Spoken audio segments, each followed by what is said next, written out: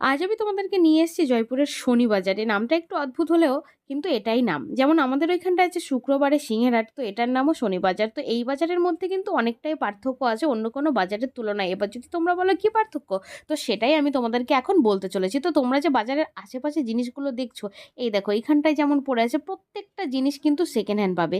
মানে পুরনো পুরনো জিনিস, যে জিনিসগুলো হয়তো আমরা কোনো কাজে ইউজ করি না বা কোনো কাজে ইউজ করা যাবে না, আমি ভাই বুঝে পারছি না কি এই জিনিসগুলো কেন এই বাজারে নিয়ে সবাই বসেছে। আর সবাই কিন্তু কিনছে। আর এইখানটায় দেখো এই যতগুলো থালা বাসন এগুলো দেখতে পাচ্ছ না, এগুলো কিন্তু প্রত্যেকটাই পুরনো, তাও লোকে কিনে কিনে নিয়ে বাড়িতে যাচ্ছে। আসলে ব্যাপারটা এরকম, আমার যেটা মনে হয় কি অনেক বড়লোক বড় মানুষ আছে যেগুলো মানে যেসব ফ্যামিলিতে একটা জিনিস খুব বেশি দিন ইউজ করে না, মানে সামান্য কোথাও কিছু হলে পরে ওই জিনিসগুলো কিন্তু তারা ফেলে দেয়। সেই সব জিনিস ওরা যেখানটায় বিক্রি করে সেই মানুষগুলোই এই বাজারে এনে তোলে।